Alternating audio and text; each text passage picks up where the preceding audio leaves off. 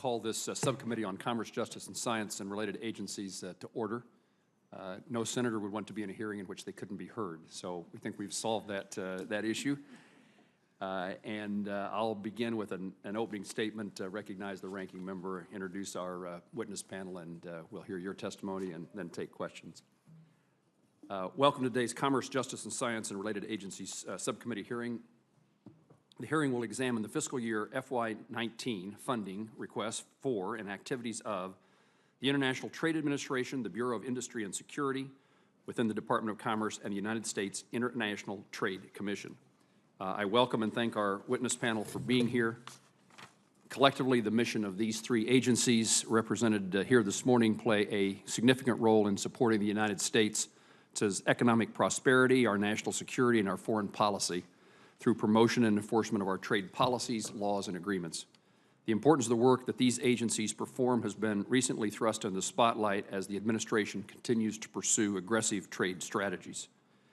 In just the past few weeks, we've seen a preliminary agreement between the United States and Mexico on a revamped North America Free Trade Agreement.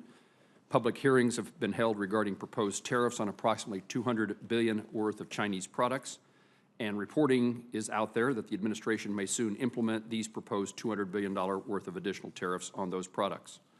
All of these actions have a nexus with the agencies and the work they perform. The work of these agencies is particularly important to me in my home state of Kansas, as trade and exports are how many Kansans make a living. Over 400,000 jobs in our state are supported by global trade. In order for these agencies to succeed and to benefit my constituents and Americans across the country, Congress must make certain that the necessary resources are available to carry out their missions. Despite the noted increase in trade activity, the administration has requested less funding in fiscal year 19 than enacted levels of fiscal year 18 for both the International Trade Administration and the U.S. International Trade Commission. Fiscal year 2019 budget request for the Bureau of Industry and Security is $120 million, $7 million above the 18 enacted level. I hope our witnesses this morning will inform this subcommittee about their respective agencies and ongoing work, as well as shed more light on the administration's trade policies and strategy. Before recognizing the ranking member for her remarks, I'll briefly introduce the panel. Mr. Nezak Akartar is the Assistant Secretary for Industry and Analysis at the International Trade Administration. The Industry and Analysis Unit devises and implements international trade, investment, and export promotion strategies and strengthens the global competitiveness of U.S. industries.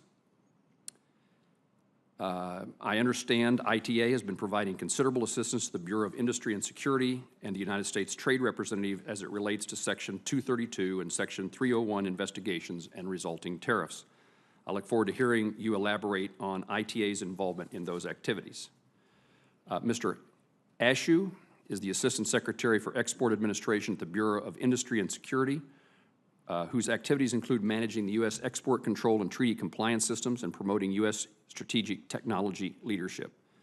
The Bureau of Industry and Security is responsible for investigating the effects of imports on national security under Section 232 of the Trade Expansion Act of 1962.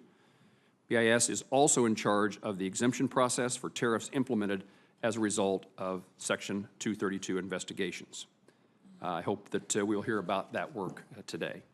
And lastly, Mr. David S. Johansen is the Chairman of the United States International Trade Commission. The United States International Trade Commission is an independent, quasi-judicial federal agency that administers U.S. trade remedy laws, provides the President, the U.S. Trade Representative, and Congress with independent analysis, information, and support on matters of tariffs, international trade, and U.S. competitiveness, and maintains the harmonized tariff schedule of the United States. Welcome to all of you. We look forward to your testimony today, and I now do recognize the ranking member, the Senator from New Hampshire, Senator Shaheen.